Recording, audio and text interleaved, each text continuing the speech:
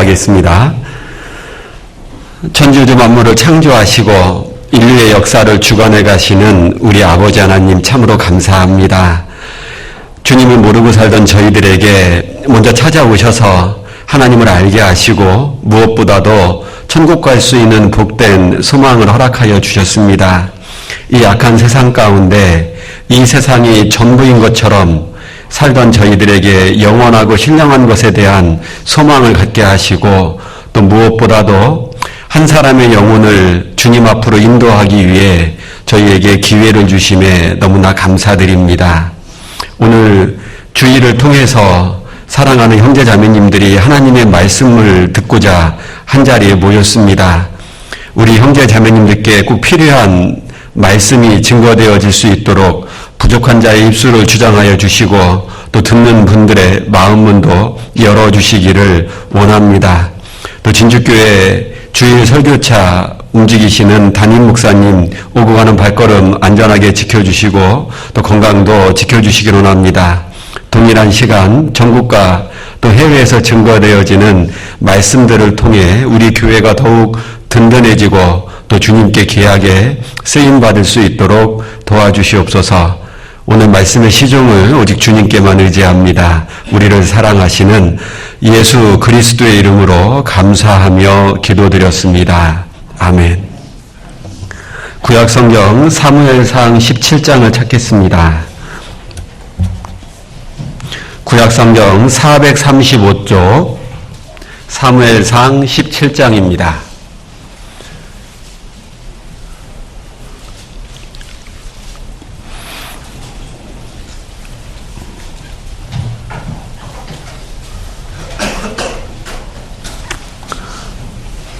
(1절부터) 제가 천천히 읽어 올리겠습니다. 블레셋 사람들이 그 군대를 모으고 싸우고자 하여 유다에 속한 소고에 모여 소고와 아세가 사이에 에베스담림에 진침해 사울과 이스라엘 사람들이 모여서 엘라 골짜기에 진치고 블레셋 사람을 대하여 항우를 벌였으니 블레셋 사람은 이편 산에 섰고 이스라엘은 저편 산에 섰고 사이에는 골짜기가 있었더라. 블레셋 사람의 진에서 싸움을 도두는 자가 왔는데 그 이름은 골리앗이요 가드 사람이라. 그 신장은 6규빗 한 뼘이요 머리에는 노투구를 썼고 몸에는 어린 갑을 입었으니 그 갑옷의 중수가 놋 5,000세겔이며 그 다리에는 놋 경갑을 쳤고 어깨 사이에는 놋 단창을 메었으니 그 창자루는 배틀채 같고 창날은 철 600세겔이며 방패든 자는 앞서 행하더라. 그가 서서 이스라엘 군대를 향하여 외쳐가로되 너희가 어찌하여 나와서 항우를 벌였느냐? 나는 블레셋 사람이 아니며 너희는 사울의 신복이 아니냐? 너희는 한 사람을 택하여 내게로 내려보내라. 그가 능히 싸워서 나를 죽이면 우리가 너희의 종이 되겠고 만일 내가 이기어 그를 죽이면 너희가 우리의 종이 되어 우리를 섬길 것이니라. 그 블레셋 사람이 또 가로되 내가 오늘날 이스라엘의 군대를 모욕하였으니 사람을 보내어 나로 더불어 싸우게 하라 한지라. 11절 같이 읽겠습니다. 사울과 온 이스라엘이 블레셋 사람의 이 말을 듣고 놀라 크게 두려워하니라. 24절도 같이 읽겠습니다.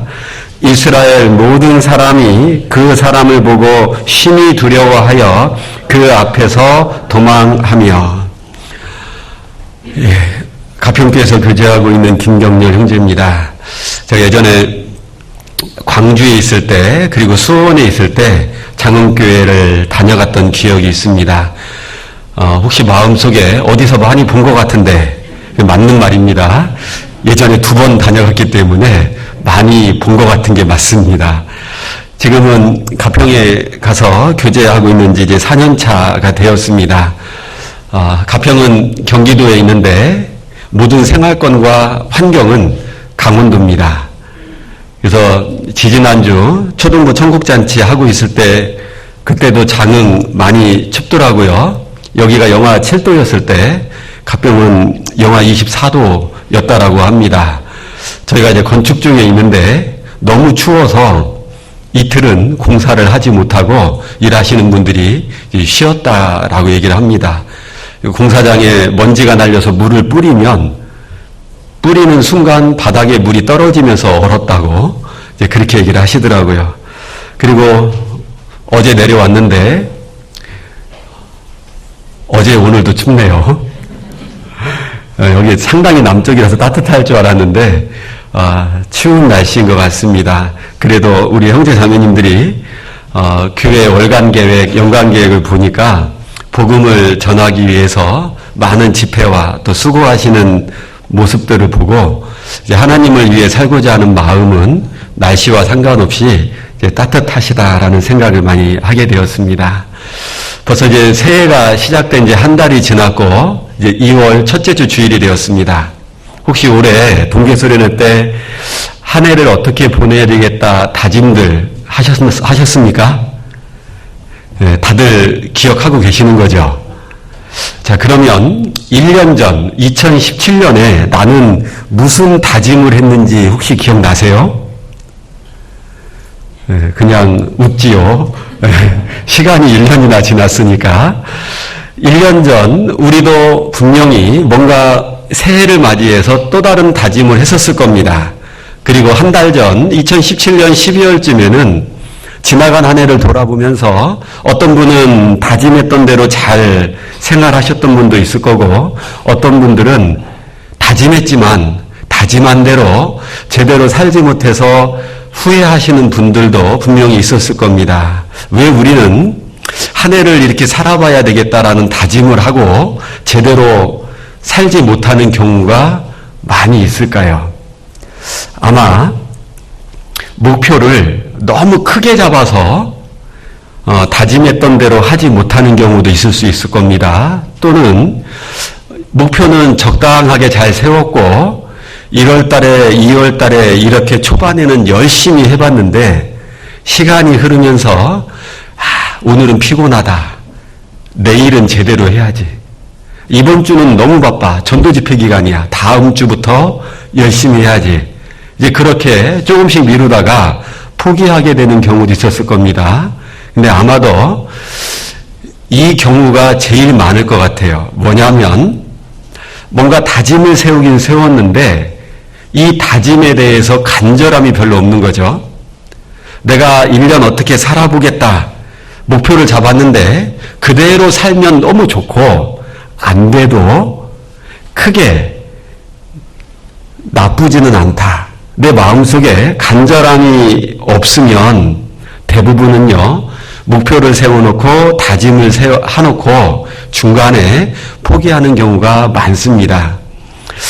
한 남성을 소개하려고 합니다. 이 사람은 미국 사람이고 마크 웨만이라고 하는 사람입니다. 젊은 청년입니다. 평범하게 직장 생활을 하고 취미 생활로 암벽 등반을 하는 사람입니다. 이 사람이 1982년도에 암벽 등반을 하다가 떨어집니다. 그리고 하반신 마비가 됩니다. 그리고 정확히 7년 뒤 1989년에 1000m가 넘는 암벽을 등반합니다. 어떻게 이게 가능했을까요? 여전히 하반신은 마비된 상태였거든요. 그런데 정상인도 올라가기 힘든 1000m의 암벽을 이 사람은 두 팔만 가지고 올라갑니다. 어떻게 해서 올라갔을까요? 이 사람이 나는 한 번 팔을 뻗어서 올라갈 때마다 15cm만 올라가겠다. 그리고 그걸 7000번 정도만 반복하면 1000m의 암벽을 올라갈 수 있다. 이게 이 사람의 목표였고 계획이었습니다. 어찌 보면 하반신 마비인 사람이 1000m의 암벽을 넘는다라는 것은 불가능하고 터무니없는 목표일 수도 있습니다. 그러나 조금만 더 그리고 꾸준히 하던 일이 이런 기적을 만들어냈거든요. 이 사람이 중간에 만난 벽들이 있었겠죠. 육체의 한계가 있겠죠. 다리를 쓸 수 없고 팔 힘으로만 올라가야 되니까 이 육체의 한계도 느껴봤을 거고 주변 사람들의 따가운 시선도 있었을 겁니다. 너는 환자다. 불구자다. 그런데 그 높은 산을 오르겠다라는 게 말이 되느냐. 그리고 자기 마음속에도 내가 정말 이게 가능할까? 이 사람이 7년 동안 참 많은 벽들을 만나게 됐을 거예요. 우리도 인생을 살다 보면 많은 벽들을 만나게 됩니다. 어떤 벽은 쉽게 넘어갈 수 있는 벽도 있고요. 어떤 벽은 좀 어렵지만 내가 최선을 다하면 넘을 수 있는 벽도 있습니다. 또 어떤 벽은 내 생각 속에 도저히 넘을 수 없을 것 같은 벽들도 분명히 있습니다. 학생들에게는 그것이 공부일 수도 있죠.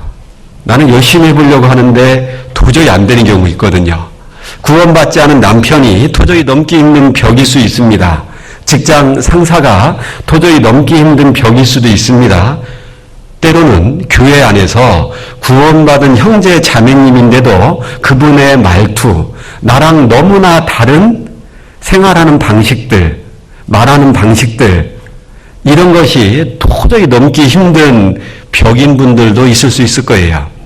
지금 이스라엘 앞에도 도저히 넘기 힘든 벽이 하나 등장했습니다. 누구냐면 그 벽의 이름이 골리앗입니다.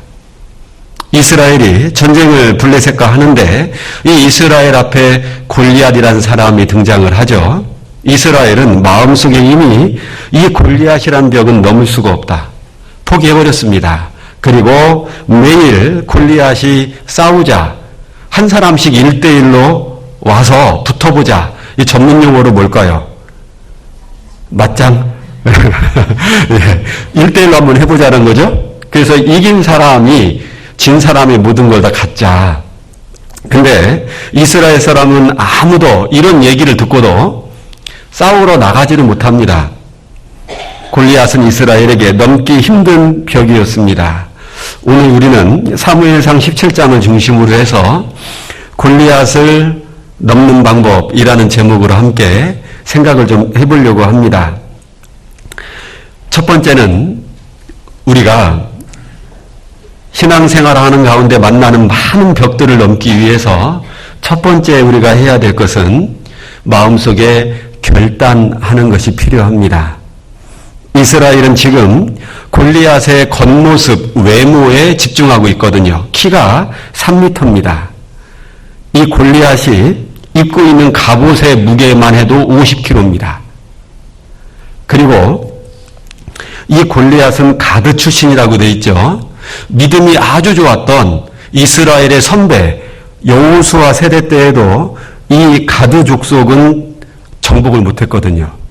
그러니까 이스라엘 마음 속에는 저 골리앗은 키가 크고 몸에 50kg가 넘는 갑옷을 입고 있을 정도로 힘도 세고 그가 가지고 있는 칼이나 창이나 이런 것들은 도저히 우리 같은 사람은 들기도 어려울 것 같은 그런 무게의 칼이나 창을 무기를 쓰고 게다가 우리 조상도 어찌 해보지 못했던 가드 족속 출신이라는 거죠. 그리고 마음속에 두려운 마음이 들었습니다. 전쟁하기가 무섭습니다. 아무도 이 전쟁터에서 하나님을 의지하고 있는 사람은 없는 거죠. 그리고 딱 한 사람, 소년 다윗은 모든 이스라엘 사람들이 골리앗의 외모에 집중하고 있을 때 다윗 한 사람만은 하나님께 집중하고 있는 겁니다. 우리도 뭔가 관심에 가고 있는 내용이 있으면 누가 그런 내용을 얘기할 때 그런 내용은 귀에 쏙쏙 잘 들어와요, 안 들어와요? 너무 잘 들어옵니다. 제가 이제 자동차가 한동안 문제가 생겨가지고 이 수리비가 너무 많이 나오는 겁니다. 이거를 바꿔야 될까 말아야 될까. 자동차에 대한 관심이 있을 때 누가 자동차에 대한 얘기를 하면 그게 귀에 속속 들어오더라고요. 그리고 막 물어봅니다. 어떻게 하면 좋은 걸 좀 저렴하게 살 수 있냐고. 또 이제 전도인은 전도 집회를 하다가 보면 가끔 노트북이 말을 안 듣고 말썽을 부릴 때가 있습니다. 그래서 많이 노트북을 쓰는 건 아니어도 전도 집회 때 문제가 되지 않기 위해서 이제 비싼 노트북을 사야만 할 때도 있습니다. 이제 누가 그런 좋은 노트북을 소개를 하면 그런 내용들은 귀에 쏙쏙 들어옵니다. 우리도 내가 관심 갖고 있는 내용은 귀에 잘 들어옵니다. 다윗이 어린 나이에 아버지의 말을 듣고 지금 전쟁터에 와 있습니다. 그런데 이 다윗 귀 속에 들리는 말이 뭐냐면 이 골리앗이 하나님을 모욕하고 있는 겁니다. 하나님의 군대 이스라엘을 지금 모욕하고 있어요. 근데 이 이스라엘 군인들은 정규 군사훈련을 받은 사람인데도 아무도 그 얘기 듣고도 싸우려고 안 합니다. 근데 다윗은 마음속에 하나님만 생각하고 있었죠. 그러니까 그 하나님을 모욕하는 이 골리앗의 소리가 귀에 들렸고, 그리고 저 골리앗이 도대체 누구며 왜 우리는 가만히 있습니까? 다윗은 어린 소년이지만 다윗 혼자만 하나님께 집중하고 있었습니다. 이 전쟁은 하나님께 속한 거고 하나님께서 분명히 말씀하시기를 하나님을 저주하는 사람은 반드시 죽이겠다. 신명기에 기록된 말씀이거든요. 다윗은 하나님이 마음속에 가득했습니다. 하나님 말씀도 가득했던 거죠. 우리 성경을 읽다 보면 신앙생활을 운동 경기에 비유하는 말씀들이 있습니다. 고린도전서 9장에 보면 이기기를 다투는 자마다 모든 일에 절제하나니. 이 절제라는 말은 다른 말로 한다라면 이기기를 위해서, 그걸 위해서 하고 싶은 것을 참는다라는 얘기죠. 그 말은 이 운동선수는 목표를 여러 개를 세우지 않는다라는 겁니다. 우리가 신앙생활할 때 이스라엘 사람들이 마찬가지였는데 왜 골리앗의 외모에 집중하게 됐을까요? 이 사람들은 하나님 한 분께만 집중하면 되는 사람들이었어요.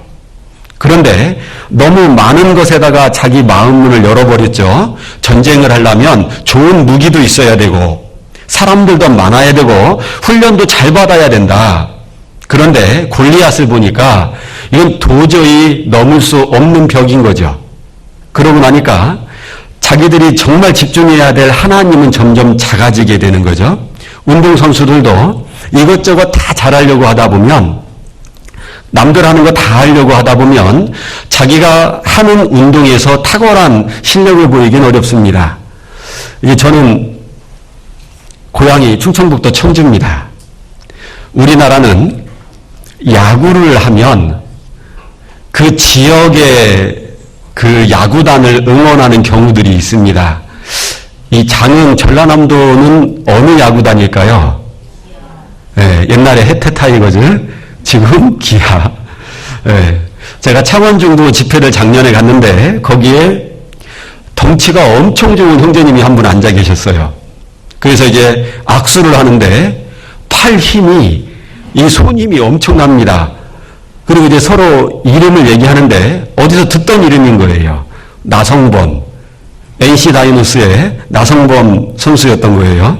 그래서 제가 집회를 끝나고 올 때쯤에 사인볼 좀 달라고 하려고 했으나 차마 목사라서 그렇게는 못하고 목사님이 알아서 좀 챙겨주겠지 했는데 안 챙겨주시더라고요. 그래서 이제 왔는데 제가 이제 어렸을 때, 전 충청북도 청주입니다. 어느 팀으로 응원했을까요? 빙그레. 오늘날의 누구요? 하나 이글스. 근데 그때 그 빙그레에 엄청난 타자가 한 명 있었습니다. 장종훈 선수라고 들어보셨나 모르겠습니다. 이분이 우리나라 야구 역사상 최초라고 하는 기록을 26개를 가지고 있는 분이었어요. 근데 이분은 그 빙그레에 입단할 때 연습생으로 입단합니다. 그러니까 1년 다 해서 연봉이 1,000만 원도 안 되는 거예요. 그런데 3년 동안 이 연습생으로 입단해서 3년 동안 이분은 훈련을 잘 소화했고 조금만 더 남들보다 훈련을 했고, 그리고 3년 뒤에 빙그레의 4번 타자가 되었고 한국을 대표하는 타자가 됩니다. 그분이 예전에 인터뷰에서 했던 말이 있습니다. 나는 연습생이고 이대로 시간 보내다가는 이 팀에서 방출될 거고 내가 할 줄 아는 건 운동밖에 없는데 그럼 나는, 내 인생은 앞으로 무엇을 하고 살아야 될지 알 수가 없습니다.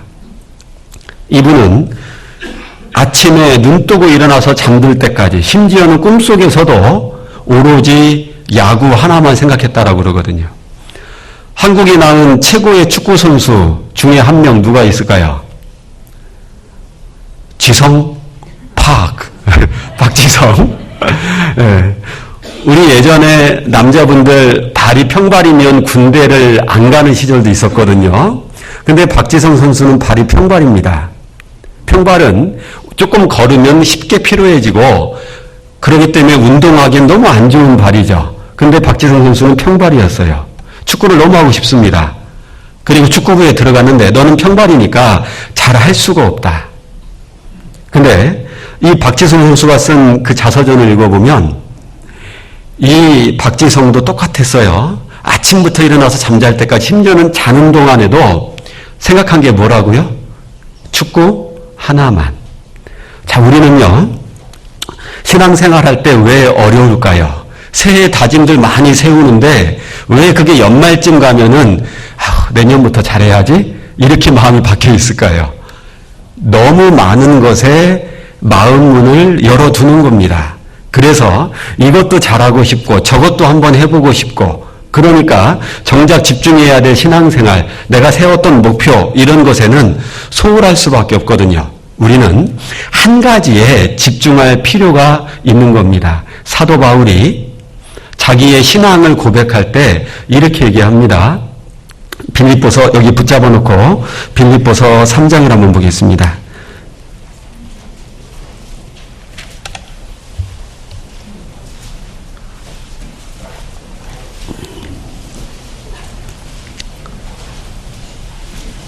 빌립보서 3장 13절입니다. 신약성경 321쪽입니다. 13절 형제들아 나는 아직 내가 잡은 줄로 여기지 아니하고 오직 한 일 즉 뒤에 있는 것은 잊어버리고 앞에 있는 것을 잡으려고 표대를 향하여 그리스도 예수 안에서 하나님이 위에서 부르신 부름의 상을 위하여 쫓아가노라. 구약성경의 대표적인 신앙의 인물이라고 하면 우린 다윗을 꼽을 수 있을 겁니다. 신약시대의 대표적인 신앙의 인물을 뽑으라고 한다면 우리는 바울을 뽑을 수 있을 겁니다. 그 바울이 그렇게 신앙생활 할 수 있었던 비결 하나로 설명하고 있는 겁니다. 13절과 14절에서 중요한 단어가 뭘까요? 바울이 자기가 신앙생활 할 수 있었던 비결을 설명하고 있는 구절이나 단어가 뭘까요? 네. 오직 한 일이라는 거예요.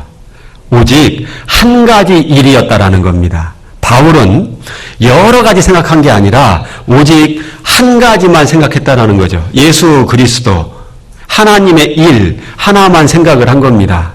예수님이 제자들에게 말씀하십니다. 내가 잠시 후 십자가에서 못 박혀 죽을 것이다. 그때 이 수제자라고 하는 베드로가 예수님에게 이런 말을 하죠. 주여, 절대 그런 일 일어나지 않을 겁니다. 그때 예수님이 베드로에게 사단아 물러가라. 너가 하나님의 일을 생각지 않고 사람의 일을 생각하는도다.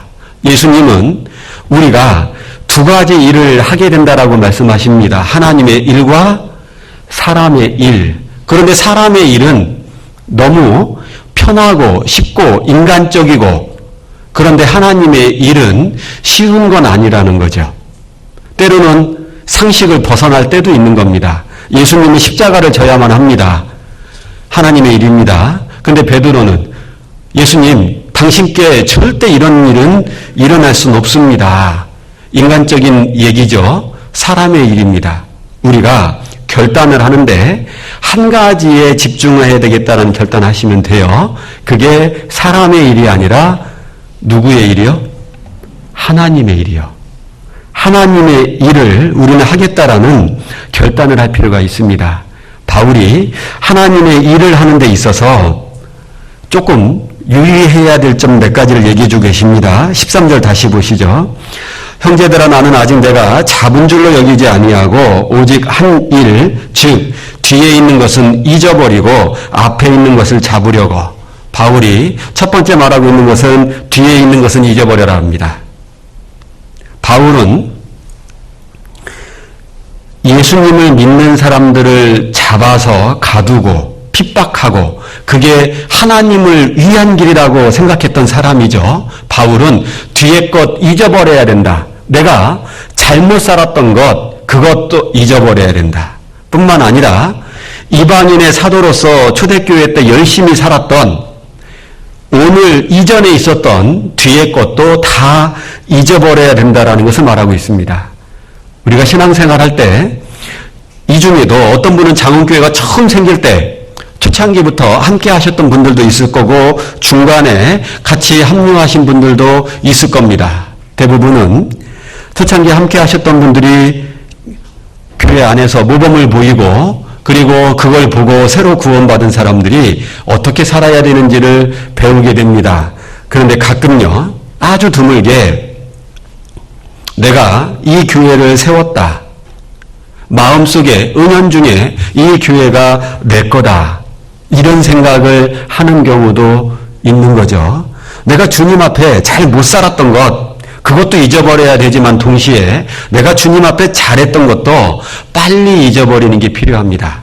근데 그거 붙잡고 있잖아요. 그러면 그분은 신앙이 현재가 중요한 건데 과거의 추억만 붙잡고 사는 분입니다. 그래서 간증을 하더라도 내가 지금 하나님께 받은 은혜를 간증하는 게 아니라 옛날에 했었던 일들, 옛날에 이런 일들, 그것만 간증을 하게 되는 거죠. 마치 어르신들께서 왕년에 이런 말 참 많이 하잖아요. 저희 가평에 교회 앞을 이렇게 가는 도로에 항상 날씨가 따뜻해지면 앉아 계시는 할아버지 한 분이 있어요.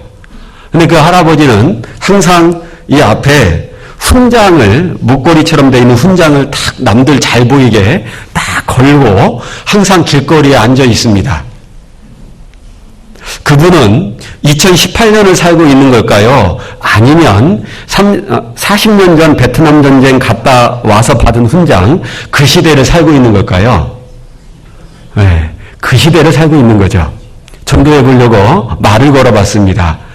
근데 말을 잘 못하셔요. 근데 계속 이 것만 이렇게 저한테 보여줍니다. 내가 베트남 갔다 왔다고. 왕년에. 우리는요, 뒤의 것 잊어버리는 게 필요합니다. 누가복음에도 보면요, 손에 쟁기를 들고 뒤를 돌아보는 자는 하나님 나라에 합당치 않다고. 뒤를 자꾸 돌아보는 것은 합당한 게 아닙니다. 대표적인 인물이 롯의 아내였었죠. 소돔 고모라, 하나님께서 멸망하고 있는 그 성을 나오면서 뒤돌아봅니다. 거기에 놓고 왔던 집, 벌어놨던 것들, 또는 시간이 좀 지나면 많은 돈을 벌게 해줄 만한 것들, 그러한 것들을 지금 잊지 못해서 쳐다보다가 소금기둥이 돼버렸죠. 출애굽한 이스라엘 백성들이 자기 눈앞에서 바다가 갈라지는 기적을 봐놓고도 며칠 뒤에 물이 없다라고 하나님을 원망합니다. 며칠 뒤에 애굽에서 상추에다가 쌈 싸먹었던, 고기 먹었던 그 생각이 나서 만나만 먹는 게 지겹다고 그 애굽을 그리워하죠. 사실 이스라엘 사람들은 그 애굽 땅에 계속 있었으면 아들은 다 죽는 거고 그러면 딸들만 남는 거죠. 이 딸들이 결혼할 사람이 없으니까 나중에는 어떻게 될 것 같아요? 애굽 사람들의 몸종이 되는 거죠. 놀이개가 될 수밖에 없습니다. 근데 그런 거는 생각 안 하고 거기서 먹었던 것, 그런 것만 뒤를 돌아봅니다. 바울은 뒤의 것은 잊어버려라. 잘 살았던 것뿐만 아니라 내가 하나님 앞에 못 살았던 것도 너무 붙잡고 있지 말고 자책감에 시달리지 말고 유다처럼 그 자책감에 시달리다가 자살하지 말고 하나님 앞에 잊어버릴 것을 말씀하고 계십니다. 그리고 앞의 것을 잡아야 된다. 우리는요, 하나님께 구원받을 때 성격이 바뀔 수 있는 아주 좋은 기회를 사실 한번 받은 겁니다. 뭐냐면, 우리는 예수님을 보지도 못했어요. 천국을 가보지도 못했어요. 가끔 전도하다 보면, 목사님은 천국 가봤어요? 이렇게 물어보는 분들이 있거든요. 안 가봤습니다. 그런데 우리는 구원받을 때 가보지 못한 천국이 있다라는 것 알고 거기에 내가 가 있을 거라는 것도 믿고 우리는 구원을 받은 거잖아요. 사실 주님으로부터 구원받는 순간 우리에게 많은 상급이 있을 거라는 것도 우리는 알고 믿고 생활해 갑니다. 근데 지금 당장 눈에 보이는 것처럼 뭔가 나의 손에 떨어지는 것이 있는 것이 아니죠. 안 보이지만 미래에 받게 될 것을 우리는 보고 살아가게 됩니다. 그래서 우리는 구원받을 때 좋은 성격을 하나 가질 수 있는 게 뭐였냐면요. 미래를, 앞을 바라보면서 긍정적으로 살아갈 수 있는 그런 기회를 받은 거거든요. 눈에 보이진 않아도 천국에 대해서, 상급에 대해서. 그런데 천국과 상급이라는 단어를 생각하면 우리는 믿어요. 내가 때가 되면 천국에 가 있을 거고 때가 되면 주님으로부터 그 천국에서 받는 상급이 있을 거다. 문제는요. 그게 약간 좀 막연한 느낌이라는 거예요. 그리고 조금 먼 미래의 일이란 얘기죠. 그래서 사도 바울이 앞에 것을 잡으려고 할 때 정한 방법이 뭐였냐면 표대를 하나 정했다라는 겁니다. 표대라는 게 뭐냐면 눈에 보이는, 조금 멀어도 내가 붙잡을 수 있도록 눈에 보이는 게 표대라는 거죠. 전쟁을 하는 사람들에게는 내가 탈취해야 될 고지, 그게 표대일 수 있습니다. 육상 선수에게는 골인 지점, 그게 표대인 겁니다. 그것처럼 사도 바울은 뒤에 것 잊어버리고 이제 앞에 것 잡으려고 하는데 천국과 상급은 조금 막연하고 멀다 이거죠. 그래서 바울이 표대를 정하고 지금 나에게 주어진 이 시간 어떻게 살아야 될까? 바울은 표대를 정한 겁니다. 2018년 우리가 어떻게 살아야 될까 새해 다짐을 해보셨냐고 여쭤봤잖아요. 그게 표대입니다.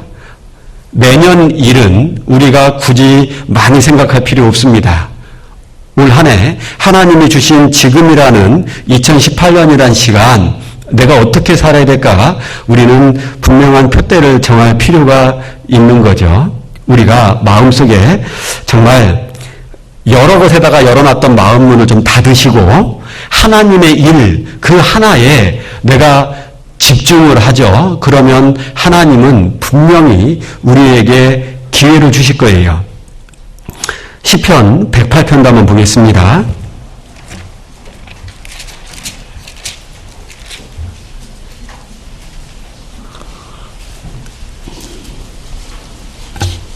시편 108편 1절입니다. 같이 한번 읽겠습니다. 구약성경 883쪽 시편 108편 1절 같이 읽겠습니다. 하나님이여 내 마음을 정하였사오니 내가 노래하며 내 심령으로 찬양하리로다. 하나님이여 내 마음을 정하였사오니 다윗이 마음을 정했습니다. 결단했습니다. 하나님을 위해서 살겠노라고 결단하고 나니까 노래를 할 수 있었고 내 심령으로 찬양할 수 있게 됐다라고 합니다. 입술로만 찬양하는 것이 아니라 내 마음 중심에서 주님을 찬양하게 됩니다. 이건 다른 말로 하면 마음속에 평강이 있다라는 얘기잖아요. 마음을 정한 사람, 그 사람에게는 하나님이 주시는 평강이 있는 겁니다. 반대로 생각해보죠. 평강이 왜 자꾸 깨지게 될까요? 내가 마음을 안 정했어요. 여러 개에다가 마음 문을 열어두니까 자녀가 좀 사업에 실패한 것 때문에 마음이 평강 깨집니다. 교회에서 누가 나에게 이상한 말, 싫은 소리 한번 해서 평강 깨지는 겁니다. 제가 어제 전화 한 통을 받았습니다. 할머니 자매님의 전화인데 이분의 전화는 딱 이럴 때만 전화가 와요. 목사님, 나 내일부터 안 나갈래요. 이때만 전화 주시거든요. 그러면 이제 통화를 하든지 찾아가든지 해가지고 이제 왜 그런지 그리고 이제 말씀으로 다시 찾아서 위로하고 힘을 이렇게 이제 드리면 다시 또 잘 나오십니다. 근데 어제 장애에 와 있는데 이 할머니 자매님의 이름이 딱 뜨는 거예요. 전화번호에. 마음이 헉 이런 생각이 들었어요. 이거 받았어요. 그랬더니 목사님, 저 이제 더 이상 마음 아프지 않으려고요. 첫 마디가 이거예요. 근데 그 말을 듣는 순간 제가 너무 잘하셨습니다. 이 말이 저절로 나왔어요. 왜냐하면 이분이 집에서 강아지를 하나 키웠어요. 애완견을. 할아버지하고 둘이 사는데 애완견을 키웠는데 이 애완견이 작년 말에 죽었습니다. 그러니까 이제 이게 뭐 집에서 키우는 강아지 한 마리 죽었는데 라고 생각하면 별거 아니잖아요. 그런데 이 할아버지와 할머니에게는 마치 자식 같았던 거예요. 두 분의 적적한 삶 가운데 이 강아지가 너무 큰 기쁨이었고 힘이 되고 위로가 돼줬는데 그 강아지가 죽은 겁니다. 할아버지가 밥을 잘 안 먹어요. 우울증이 걸려버렸어요. 자녀들이 또 다른 예쁜 강아지 사드릴게요 했는데도 또 이 강아지가 죽는 아픔을 나는 참기 힘들다. 사주지 마라. 그래서 이 할머니가 한 3주를 교회 안 나오셨거든요. 그리고 어제 전화가 온 거예요. 더 이상 마음 아프지 않겠노라고. 이제 강아지 죽은 거 가지고 내가 그렇게 주저앉아 있지 않겠다고. 그리고 이제 오늘 이 할머니가 속한 식사당번초가 있습니다. 저희 이제 자원하는 마음으로 할머님들께서도 식사당번에 이렇게 들어가 계시는데 이제 뭐 해가지고 오시겠다라고 딱 마음을 그러면서 이제 또 하시는 말씀이 목사님 건축원금을 하고 싶은데 내가 가지고 있는 통장은 농협인데 꼭 교회 통장이 신협이니까요. 신협에만 해야 되냐고. 그래서 할머니 은행에 가서 신협으로 계좌이체 해달라고 하면 다 해줘요. 그랬더니 알았다고. 내가 마음도 이제 이렇게 새롭게 한 기념으로 건축원금으로 하겠다고. 그래서 어제 전화를 받고 참 마음이 따뜻했습니다. 건축원금 물론 그것도 좋겠지만 더 좋은 거는 할머니가 마음을 추스리고 하나님께로 마음을 열고 이제 정리를 하셨다라는 게 너무나 이 전화를 받으면서도 마음이 따뜻했거든요. 우리는요, 마음을 정하면, 결단하면 하나님을 찬양할 수 있는 평강이 찾아옵니다. 골리앗, 넘기 힘든 벽이죠. 그런데 제일 먼저 해야 될 거는 결단부터 하셔야 되는 거예요. 나는 하나님의 일에만 집중하겠다 결단하잖아요. 그러면 그 골리앗이라는 벽을 넘을 수 있는 첫 발을 떼신 겁니다. 그리고 두 번째는요. 결단만 하고 끝나면 안 됩니다. 마음속에 간절함이 있어야 돼요. 다시 사무엘상 17장으로 돌아가 보겠습니다. 17장 34절입니다. 다윗이 사울에게 고하되 주의 종이 아비의 양을 지킬 때에 사자나 곰이 와서 양떼에서 새끼를 움키면 내가 따라가서 그것을 치고 그 입에서 새끼를 건져내었고 그것이 일어나 나를 해하고자 하면 내가 그 수염을 잡고 그것을 쳐 죽였었나이다. 주의 종이 사자와 곰도 쳤은즉 사시는 하나님의 군대를 모욕한 이 할례 없는 블레셋 사람이니까 그가 그 짐승의 하나와 같이 되리이다. 다윗이 사자나 곰이 자기가 키우는 양을 물고 갈 때 쫓아가서 싸워서 그 양을 다시 찾아왔다라는 이 경험을 지금 사울 왕에게 하고 있습니다. 사실 소년의 몸으로 사자나 곰과 싸워서 이긴다라는 게 불가능한 일입니다. 거의. 그리고 이건 목숨 걸어야 되는 일이죠. 근데 다윗은 왜 그 양을 위해서 자기 목숨 걸었을까요? 이유가 뭘까요? 한 단어로 딱 요약하면요. 왜 양을 위해서 목숨을 걸까요? 그 양을 뭐 하니까요? 사랑하니까. 네. 사랑하니까예요. 저는 어렸을 때 집에서 시골 살 때 집에서 토끼를 키웠습니다. 한 30마리쯤 키웠던 것 같아요. 그런데 겨울방학이 시작되면은 저희 어머니가 항상 그 토끼를 한 마리 잡아서 토끼탕을 끓여주셨어요. 시골에서 먹을 게 없는 상황에서 1년에 고기 구경 몇 번 못 해보는데 방학하는 날 고기 구경하는 날이었거든요. 그러니까 어린 마음에 고기를 먹으니까 이 토끼에 대해서 불쌍하다, 안쓰럽다, 짠하다 이런 생각은 절대 안 들고 맛있다. 또 먹어야 되는데 이런 생각만 했어요. 그런데 어느 날 이 토끼들은 바닥을 좀 잘 파잖아요. 그래서 그 헛간에서 키웠는데 그 땅을 파고 옆집으로 넘어갔고 옆집 아저씨가 작대기로 뚜르게 패서 그 토끼를 죽여버렸습니다. 근데 그 피 흘리고 죽어있는 토끼의 모습을 보니까 그때부터 이 토끼 내가 어제도 풀 뜯어가 먹였고 물 갖다 주고 쓰다듬어 주고 안아보기도 하고 이랬던 토끼였는데 그렇게 피 흘리고 두들겨 맞아서 죽어있는 모습 보니까 너무 토끼가 불쌍해요. 그리고 그때부터는 토끼탕을 잘 먹었을까요? 안 먹었을까요? 먹긴 먹었습니다. 고기 구경하기도 힘든데 먹긴 먹었는데 그때부터 이 토끼에 대한 그 마음이 이제 생겼어요. 다윗이 양을 키우는 목동입니다. 한번 양을 키우기 위해서는요, 몇 날 며칠이고 양들을 데리고 풀이 있는 초장을 찾아서 다니고 물도 먹여야 됩니다. 그 많은 시간을 다윗은 이 양과 함께 보내는 거죠.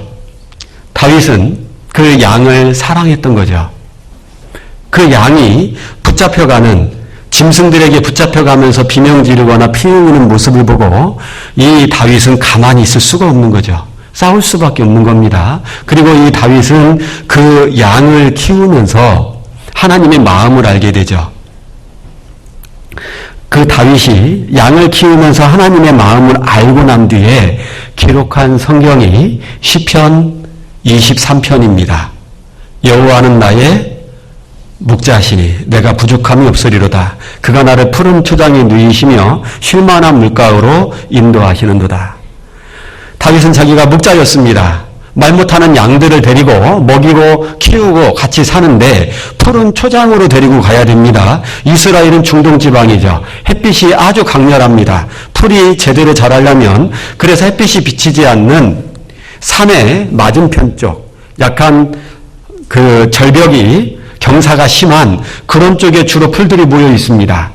그런 곳을 그 당시에는 가죽으로 된 샌들 같은 신발을 신고 살았으니까 그런 햇빛이 비치지 않는 응달 지역에 풀들이 있는 곳을 양들을 데리고 가려면 이 목자는 그것도 잘 미끄러지는 가죽신을 신고요. 잘못하면 미끄러져서 죽을 수도 있습니다. 그리고 쉴만한 물가로 인도한다라고 그러죠. 양은 털이 있기 때문에 물이 젖으면 몸이 무거워져서 죽습니다. 그러니까 양은 본능적으로 물이 콸콸콸콸콸 흘러가는 물을 보면 두려워서 가까이 안 갑니다. 풀 먹고 물 먹이려면 목자는 조용히 흐르는 시냇물 같은 쉴만한 물가로 양을 인도해야만 합니다. 목자의 모든 생각은, 모든 행동은 그 양을 위해서 다 생각하고 행동합니다. 자기의 목숨을 걸면서도요. 그걸 통해서 다윗은 하나님의 마음을 알게 된 거죠. 하나님은 나의 목자시다. 나는 부족한 게 아무것도 없다. 양들은 목자만 쫓아가면 되는 것처럼 하나님이 푸른 초장과 쉴만한 물가로 나를 인도하신다. 다윗은 그 양을 키우면서 하나님의 마음도 알게 된 겁니다. 양에 대한 사랑이 사자나 곰과 싸우게 합니다. 그거를 살리고 싶은 간절함이 있었던 거예요. 그러니까 다윗이 한두 번 사자나 곰이 사랑하는 양을 물고 갔을 때 다윗 마음에 어떤 마음이 들까요? 내가 한두 번은 당했지만 똑같이 내 사랑하는 양을 사자나 곰에게 뺏길 수는 없겠다. 그러면 어떻게 해야 될까요? 일단은 사자나 곰이 우리 양무리 안으로 가까이 접근부터 안 해야 되겠죠. 근데 다윗이 사자나 곰보다 더 힘이 센 것도 아니고 더 재빠른 것도 아니잖아요. 그러니까 방법이 뭘까요? 물맷돌이입니다. 멀리서 던져서 사자나 곰이 한 번 맞고 죽든지 아니면 너무 아파서 도망치든지 할 수 있을 정도로 빠르고 정확하게 물맷돌을 던지는 방법, 그 연습을 할 수밖에 없는 거죠. 그래서 다윗은 골리앗과 싸우러 나갈 때에도 들고 간 무기가 뭐였어요? 물맷돌이잖아요. 그만큼 이 물맷돌 던지는 연습을 완벽하게 했다라는 겁니다. 왜요? 그 마음속에 양을 사랑하는 마음, 그래서 그 양을 사자나 곰으로부터 건지고 싶은 간절함이 이 다윗에게 물맷돌 연습을 아주 열심히 완벽하게 할 수 있도록 만들어간 거죠. 우리는 골리앗이라는 벽을 만납니다. 결단부터 하셔야 돼요. 마귀는 많은 것들에다가 신경을 쓰도록. 그래서 스마트폰이 없었을 때에는 참 신앙생활하기 좋았지만 지금은 너무 신앙생활하기가 방해 요소가 많아요. 스마트폰 하나면 옛날에는 몰라도 되는, 어떤 연예인이 누구랑 결혼했다더라, 어느 집으로 이사 갔다더라, 대한민국 축구팀이 어제 누구랑 축구해가지고 이겼다더라, 잘 몰라도 관심 안 가져도 되는 내용까지 우리가 다 알아야 되잖아요. 또 알게 되잖아요. 우리는 하나님의 일에 결단하잖아요. 그리고 마음속에 간절함이 있어야 됩니다. 내가 그 하나님의 일을 돼도 좋고 안 해도 좋고 그런 마음이 아니라 정말 목숨을 걸 만큼 그렇게 간절함을 가져야 되죠. 그 시편에도 보면 이런 말씀이 또 있습니다. 사슴이 시냇물 찾기에 갈급함같이 내 영혼이 주를 찾기에 갈급하나이다. 전 처음에 그 말씀이 좀 이해가 안 됐습니다. 사슴이 시냇물 찾는 것 갈급한 마음이다? 이게 좀 이해가 안 됐어요. 근데 사슴에 대한 공부를 하다 보니까 사슴은 몸에 열이 많은 짐승인 겁니다. 그러니까 좀 뛰다 보면 몸에서 열이 막 올라오죠. 그래서 빨리 물을 먹어서 이 열을 떨어뜨리지 않으면 혈관이 터져서 죽어버리는 거예요. 그 열 때문에. 그 사슴은 조금 뛰고 나면 물 찾는 것에 자기의 모든 걸 다 걸어버리는 거죠. 그 정도로 갈급한 겁니다. 이 갈급이란 단어가 너무 더운 날 목이 타들어가는 때 느끼는 갈증이란 단어거든요. 그 정도면은 찾는 게 물밖에 없죠. 그 사슴은 그 정도로 시냇물 찾는 걸 갈급하는 거죠. 그러니까 우리가 정말 그런 간절함이 있어야 된다라는 거죠. 마가복음에 보면 한 중풍병자를 4명의 사람이 메고 옵니다. 그 장면 안 찾아도 기억나시죠? 네. 예수님께서 그들의 믿음을 보시고 소자야 내 죄사함을 받았느니라. 병뿐만 아니라 구원까지 그 자리에서 해주십니다. 문제는요, 이 사람들이 이 4명이 침대채 중풍병자를 메고 왔는데 문제는 예수님이 계신 집 앞에 사람들이 너무 많아서 들어갈 수가 없는 거죠. 자, 그러면 보통 그 정도 했으면 우리 할 만큼 했다. 사람 너무 많다. 방법이 없다. 그런데 왜 그 4명은 이 중풍병자를 침대채 메고 그 동네를 걸어왔을까요? 사람들이 얼마나 많이 쳐다봤겠어요. 중풍병자를 낫게 하고자 하는 간절함. 그 환자를 정말 사랑하는 거거든요. 어쩌면 가족일지도 모르겠어요. 어쩌면 자기에게 은혜를 베푼 집안의 사람일지도 모르겠습니다. 중요한 건 이 사람을 낫게 하겠다라는 간절함이죠. 그러니까 이 사람들은 할 만큼 했어로 끝나는 게 아니에요. 사방이 다 막혔네? 이거 어떻게 해야 되지? 그리고 지붕, 하늘은 뚫렸다. 지붕 뜯어서 그 사람을 침상채 예수님 앞에 내려놓잖아요. 이 중풍병자는 침대채 메고 온 거 보면 움직일 수조차 없는 아주 심한 중풍병이 든 사람인 거예요. 그대로 놔두면 이제 몸 여기저기가 망가지기 시작할 겁니다. 그리고 점점 찾아오는 사람도 없이 외롭게 고독하게 죽음을 맞이해야 될 사람일 겁니다. 그런데 그 사람을 사랑하니까 그 사람을 낫게 하려고 그리고 낫는 방법을 알고 있으니까 예수님께 가면 된다라는 거 알고 있으니까 그 간절함이 지붕을 뜯는 행동으로 옮깁니다. 우리가 왜 전도할까요? 저 사람 그대로 놔두면 평생 죄 가운데 누워서 점점 망가져 가다가 외롭고 쓸쓸하고 고독하게 지옥으로 가게 될 거 아닐까요? 신앙생활 할 때 왜 우리는 조금만 더 주님 안에서 살아보려고 노력할까요? 내가 이대로 살면 내가 이렇게 안주해버리면 내 신앙은 그냥 누워버릴 거니까요. 점점 시간이 지나면 망가져갈 거니까요. 점점 시간이 지나면 하나님 앞에 아무것도 내세울 것 없이 그냥 그렇게 가게 될 거니까 우리는 신앙생활 할 때 좀 더 잘해보려고 노력한다라는 거죠. 간절함이 있잖아요. 그러면 어떤 장애물이 있어도 뛰어넘을 수 있게 됩니다. 방법을 찾게 된다라는 거죠.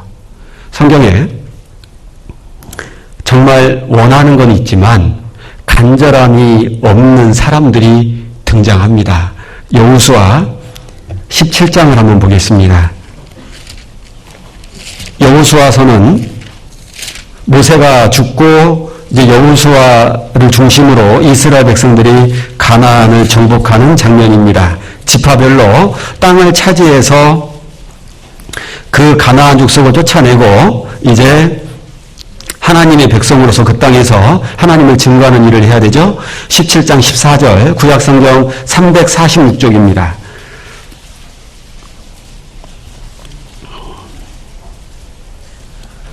요셉 자손이 여호수아에게 말하여 가로되 여호와께서 지금까지 내게 복을 주심으로 내가 큰 민족이 되었거늘 당신이 나의 기업을 위하여 한 제비 한 분깃으로만 내게 주시면 어찌미니까. 여호수아가 그들에게 이르되 내가 큰 민족이 되므로 에브라임 산지가 내게 너무 좁을진데 브리스 사람과 르바임 사람의 땅 삼림에 올라가서 스스로 개척하라. 요셉 자손이 가로되 같이 읽겠습니다. 그 산지는 우리에게 넉넉지도 못하고 골짜기 땅에 거하는 가나안 사람에게는 베스안과 그 향리에 거하는 자든지 이스라엘 골짜기에 거하는 자든지 다 철병거가 있나이다. 지금 요셉 지파가요, 가나안 땅을 정복하기 전에 요단강 동편 땅을 먼저 차지해버립니다. 그리고 우리는 이 땅 차지할 거예요. 그래서 당신들이 가나안 땅 정복할 때 동참 안 할 겁니다. 처음에 딱 그렇게 나와버려요.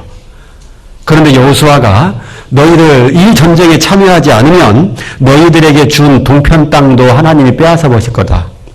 그리고 나서 가나안 땅 정복에 참여합니다. 그랬더니 요셉 지파 마음속에 욕심이 생겼습니다. 우리는 사람이 많습니다. 그리고 이미 요단강 동편 땅을 차지했음에도 불구하고 이거 좁습니다. 그리고 가나안 땅은 이렇게 넓네요. 그러니까 우리에게 땅을 좀 더 주세요. 문제는 여호수아가 땅을 줬어요. 그랬더니 하는 말이 뭐예요? 그 땅 좁아요. 그리고 그 땅에 살고 있는 가나안 족속들이 다 철병거가 있습니다. 이 말은 뭐예요? 욕심은 있는데 갖고는 싶은데 자기들 마음에 드는 땅이 아니라는 거죠. 전쟁하기 싫다라는 거죠. 편안하게 쉽게 차지할 수 있는 땅 얻고 싶다 이거라는 거죠. 그래서 지금 핑계를 대고 있잖아요. 여호수아가 다시 한번 얘기합니다. 이 땅 너희들이 가서 개척해라. 우리는요, 뭔가 하고 싶다라는 목표는 세워놨는데 간절함이 없잖아요. 그러면 이 요셉 지파처럼 이렇게 핑계대고 살 수밖에 없다라는 겁니다. 우리 마음속에 정말 간절함이 있어야 돼요. 이 요셉 지파와 대조되는 사람이 누굴까요? 앞으로 몇 장 넘겨서 14장입니다.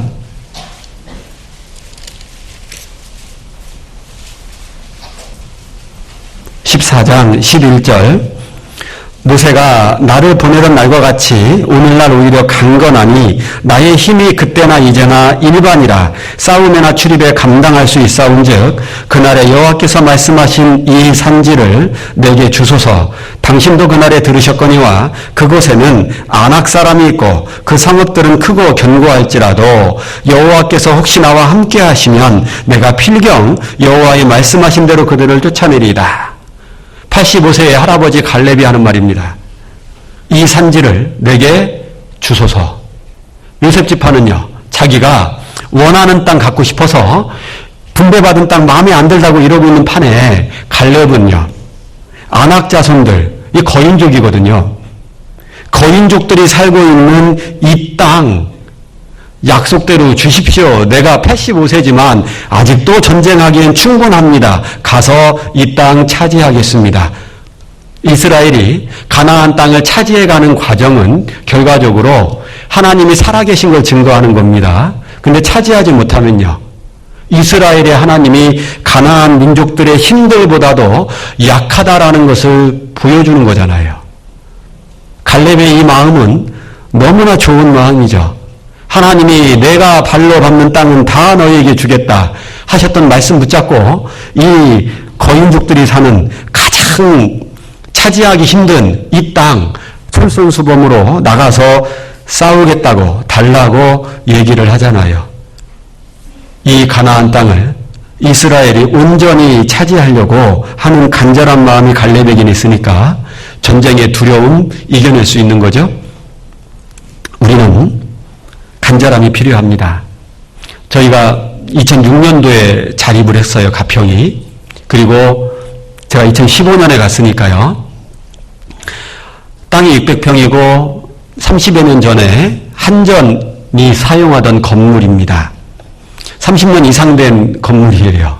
그리고 조금씩 좁으니까 형제 자매님들이 판넬로 조금씩 넓혀갖고 이제 언뜻 겉에서 보면 교회라는 느낌이 전혀 안 들고 뭔가 창고 지어놓은 것 같은 그런 느낌의 교회당이었습니다.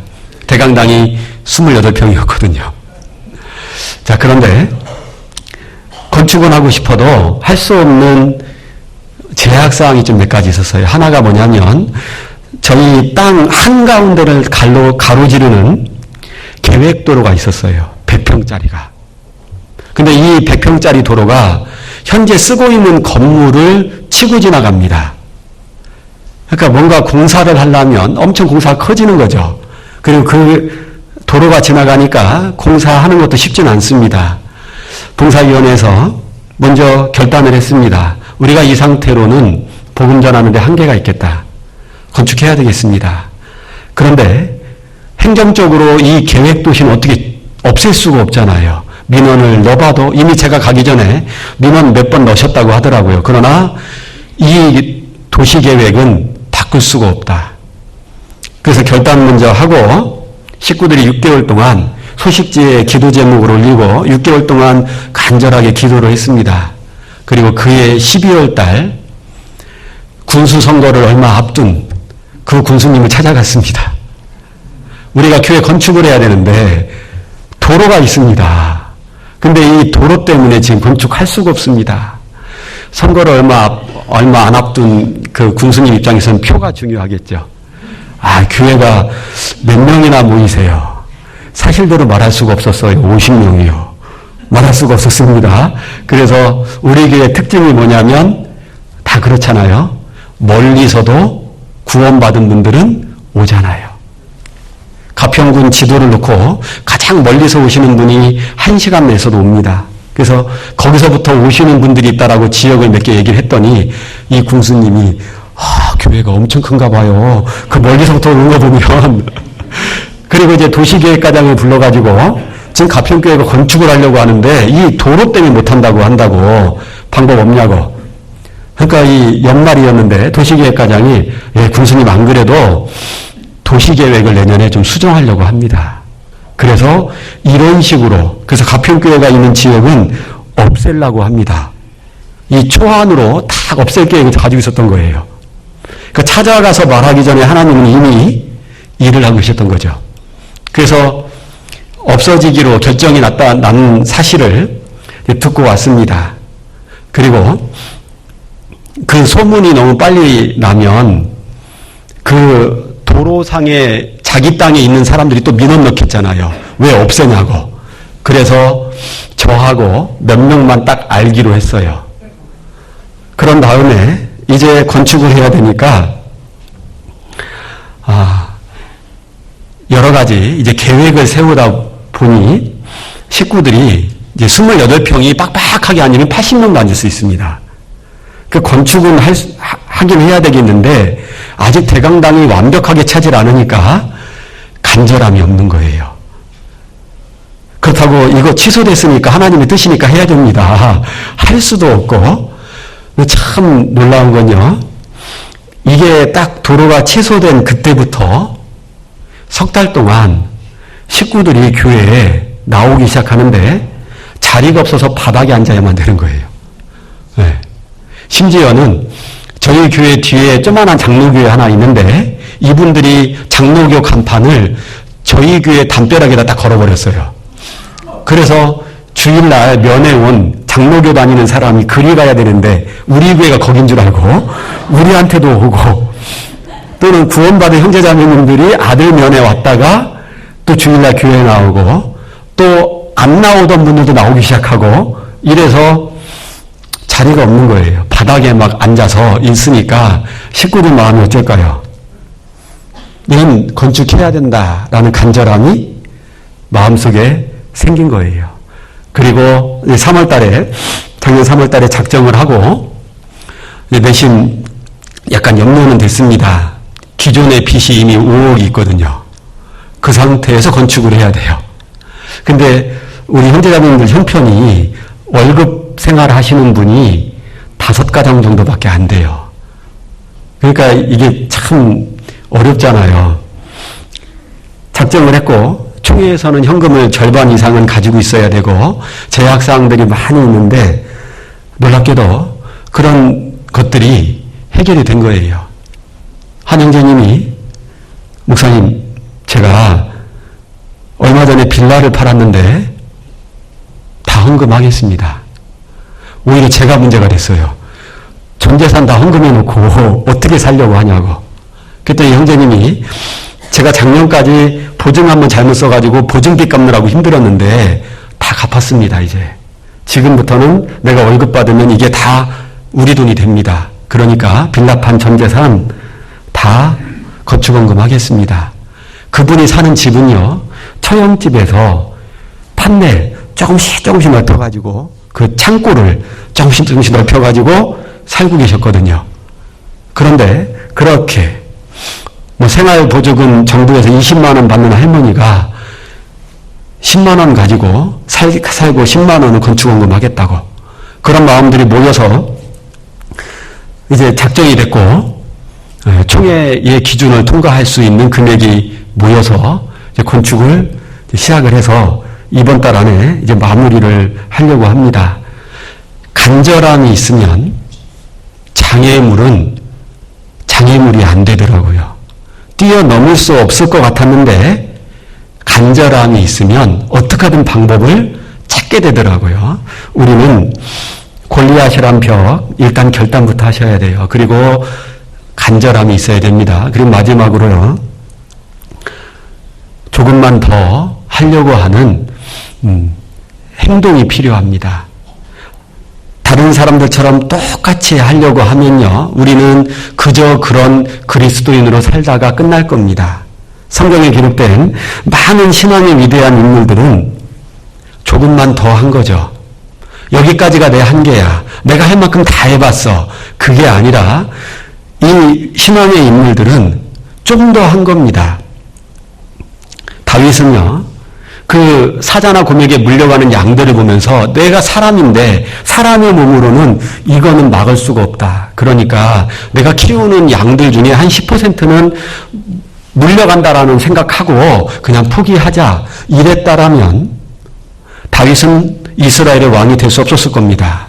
그러나 그 양을 사랑하는 마음, 어떻게 하면 이 양을 살릴 수 있을까, 그 간절한 마음이 다윗으로 하여금 물맷돌 던지는 연습을 하게 합니다. 그 물맷돌 처음부터 잘 던지지는 않았을 거잖아요. 연습하고 또 연습하고, 이제 손에 물집이 생기고 그만하고 싶다, 힘들다, 그럴 때마다 곰에게, 사자에게 물려가면서 피 흘리는 사랑하는 양의 모습을 떠올리면서 계속 연습했겠잖아요. 우리는요, 전도를 하려고 하는 것도 저 사람 너무 말을 안 들어요. 야, 네가 지옥 가지, 내가 지옥 가냐?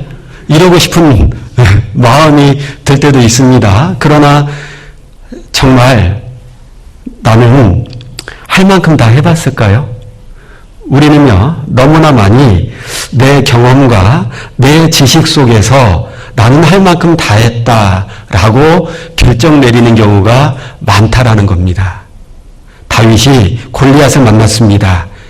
나머지 이스라엘 군인들이 다 그 생각이었던 거예요. 자기들의 생각과 지식 속에서는, 경험 속에서는 저 골리앗과 1대1로 싸워서 이길 수는 없는 거죠. 그런데 다윗은 하나님만 의지하잖아요. 그리고 자기는 평상시에 했던 물맷돌 던지는 연습을 거의 완벽에 가깝도록 한 사람이잖아요. 그랬던 것이 이날 물맷돌로 골리앗을 물리치는데 귀하게 사용되잖아요.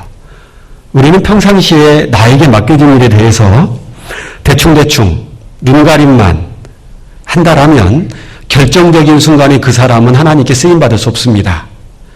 직장생활은 대충 하면서 신앙생활은 열심히 한다? 좀 죄송하지만 하나님 앞에 가게 됐을 때 상급이 없을 수도 있어요. 신앙생활은 직장생활, 교회생활, 가정생활이 다 포함된 게 신앙생활이잖아요. 어느 하나를 소홀히 할 수 있는 게 아닙니다. 학생들이라면 학교생활, 가정생활, 교회생활 이 세 가지가 신앙생활이죠.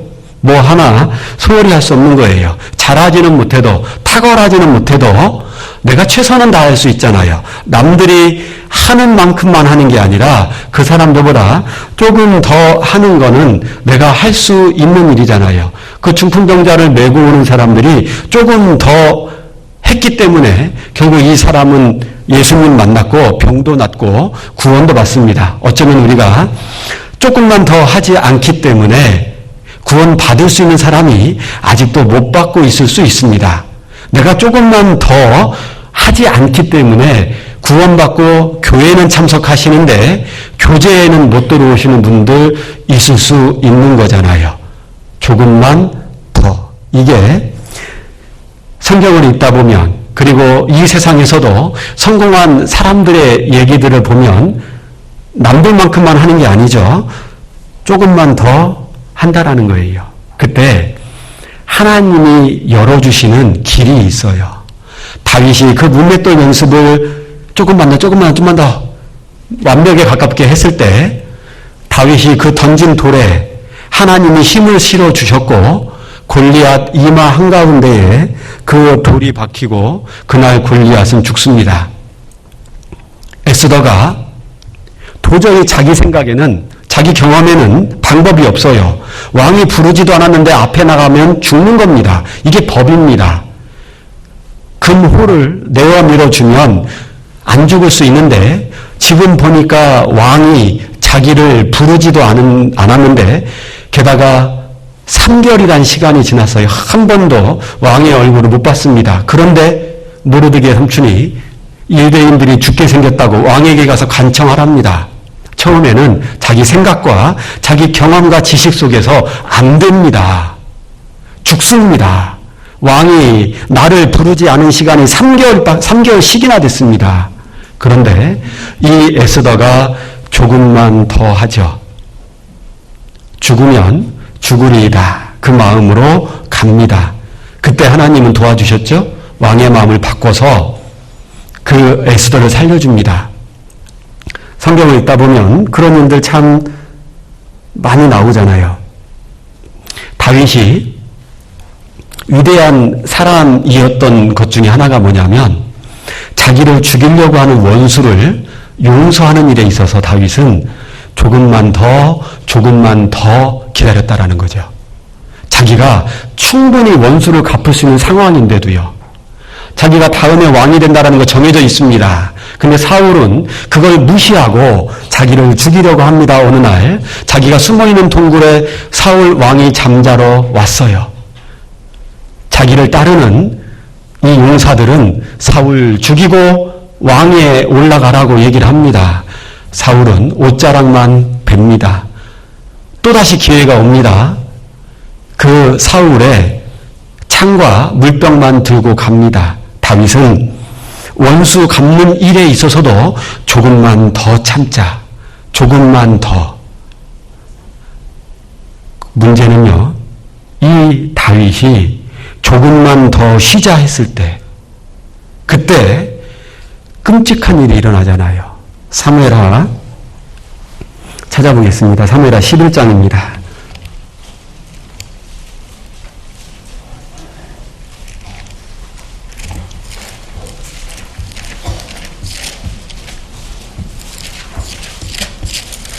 (1절)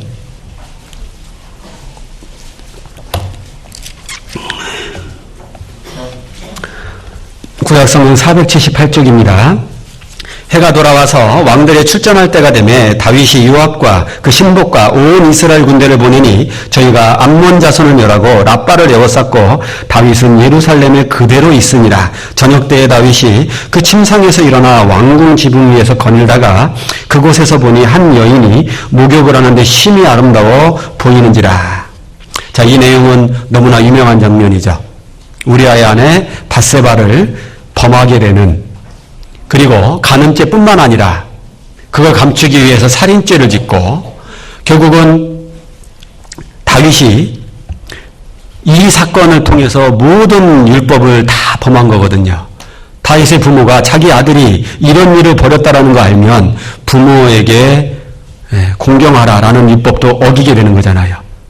하나님도 속이고요. 남의 아내 탐내지 마라. 결국은 모든 율법을 다 어긴 일이 됩니다. 시작이 뭐였죠? 저녁에까지 늦잠 잔 것. 조금만 더 쉬자. 좀만 더 쉬자. 그 마음이 그 위대한 다윗을 이런 끔찍한 일을 벌이게끔 만듭니다. 다른 백성들, 군사들은 전쟁을 하러 나갔습니다. 목숨을 걸고 이스라엘과 하나님의 영광을 위해서 전쟁을 하고 있습니다. 근데 왕인 다윗은 조금만 더 쉬자, 조금만 더 쉬자. 결국 저녁 늦게 일어났고 마귀는 그 틈을 놓치지 않고 목욕하고 있는 여인의 알몸을 보게 합니다. 다윗은 중간에 멈출 수 있는 여러 번의 기회가 있었습니다. 저 여인이 누구냐 알아봐라. 지금 전쟁터에 나가 있는 우리야 장군의 아내입니다. 멈출 수 있는 기회였어요. 그러나 데리고 오라. 이때도 멈출 수 있었습니다. 그러나 다윗은 깨끗하게 해라. 씻으란 얘기죠. 이때도 멈출 수 있었습니다. 결국 동침합니다. 그리고 이때에도 다윗에게는 아직은 기회는 있었어요. 하나님 앞에 솔직하게 회개하고 자기 잘못을 부끄럽지만 내가 설령 왕의 자리에서 쫓겨난다 하더라도 이거를 정직하게 하나님 앞에 내놨다라면 아직은 다윗은 기회가 있었던 거죠. 그러나 다윗은 끝까지 하나님을 속이려고 하죠. 조용히 돌려보내고 임신했다는 소식이 들렸을 때 우리아를 죽이고 자기 아이가인 것처럼 가늠한 걸 숨기기 위해서 살인죄까지 서슴없이 저지르죠. 하나님이 기름 부은 왕 사울 왕의 옷을 벤 것도 마음이 아파서 울었다라고 했던 다윗이 간음죄, 살인죄, 하나님을 속이는 죄를 하면서도 전혀 양심의 가책을 안 받고 하고 있습니다. 뭐였죠? 조금만 더 쉬자. 이것이 다윗의 양심을 더럽혔고 이런 상황까지 만들어갑니다. 우리가 많은 일들을 하는 데 있어서요. 그것까지 거 조금만 더 한다고 뭐 얼마나 달라지겠어? 이럴 수 있잖아요. 내가 오늘 한 걸음 더 내딛으면 1년이면은 365걸음을 더 내딛게 됩니다. 3년이면 1000걸음을 앞서고 있는 거거든요. 내가 오늘 암송 하나를 합니다. 그래서 매일매일 암송을 하나씩만 합니다. 3년이면 1000개가 넘는 말씀을 내가 암송하고 있게 되는 거죠. 잠언 1장 보고 마치도록 하겠습니다.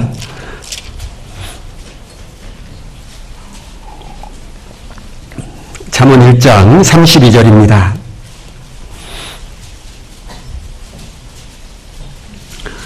어리석은 자의 퇴보는 자기를 죽이며 미련한 자의 안일은 자기를 멸망시키려니와.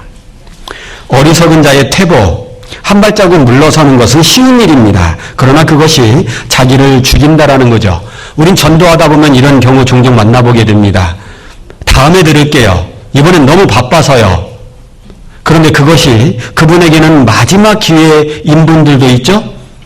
어리석은 자의 퇴보는 자기를 죽이며 그럼 반대로 해보죠. 한 발자국만 나가는 겁니다. 이거 그렇게 어려운 거 아니잖아요. 그런데 그러면 자기를 살리게 되고 멸망이 아니라 자기에게 축복이 된다라는 거죠. 조금이지만 그것이 꾸준히 반복이 될 때 이건 엄청난 결과를 만들어낼 수밖에 없습니다. 한번 정리해 보죠. 우리는 살면서 골리앗같이 도저히 넘을 수 없는 벽들 인생에서 많이 만나게 됩니다. 이스라엘 백성들처럼 내 지식과 경험 속에서는 도저히 골리앗이란 벽을 넘을 수는 없다. 그게 아니라 하나님은 가능하시잖아요. 그러니까 우리는 결단해야 되는 거죠. 하나님의 일에 우리는 결단할 필요가 있는 겁니다. 그리고 간절한 마음으로 그 일에 매달려야 됩니다. 그리고 조금만 더 하는 겁니다. 안주하지 않고 이것이 과연 나의 최선이었을까? 신앙생활 할 때도 지금 나의 이 모습이 정말 최선일까요? 그 생각을 해보면 내가 조금만 더 해보자 이 생각을 갖게 되면 주일만 나오는 분들은 이제 수요일까지 나오게 됩니다. 수요일까지 나오던 분들은 구역 모임 한번 가볼까? 구역 모임까지 가보게 됩니다. 작지만 그것이 내 신앙을 완전히 바꿔버릴 수 있는 좋은 습관이 될 수 있는 겁니다. 우리 장흥교 형제자매님들이 지금까지도 복음을 위해서 열심히 사셨을 건데요. 하나님이 우리에게 바라는 게 있다라면 이제 건축을 하고 꽤 많은 시간이 지났기 때문에 어쩌면 우리 마음속에도 벽들이 있진 않을까 싶습니다. 이것만큼은 넘기 힘든 벽이다. 우리는 골리앗을 넘어가야 됩니다.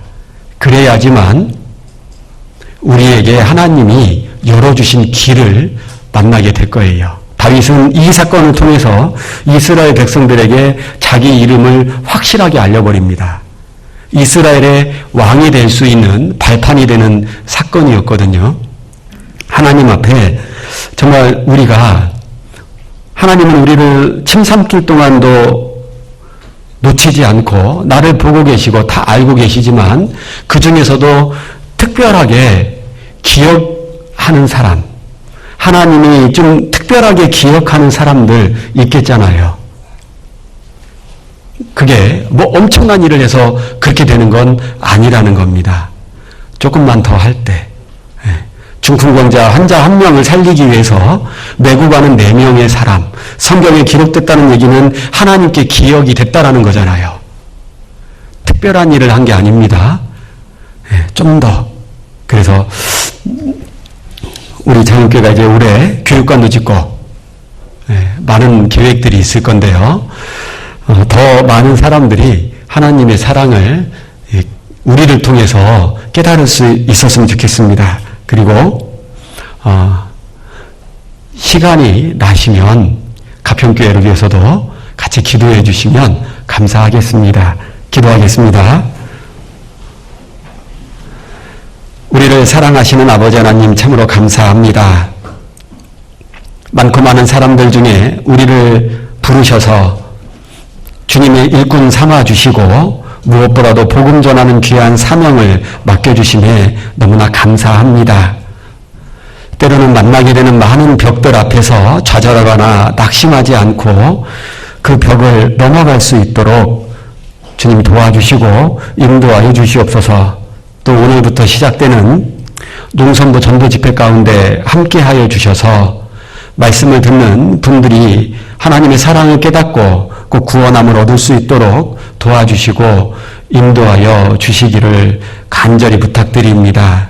또 이 시간 이후에 계획되어 있는 모든 일정 가운데에도 함께하여 주셔서 우리 장흥교회가 더욱 주님 앞에 튼튼히 세워져 갈 수 있도록 도와주시고 인도하여 주옵소서. 우리를 너무나 사랑하시는 예수 그리스도 이름으로 감사하며 기도드렸습니다.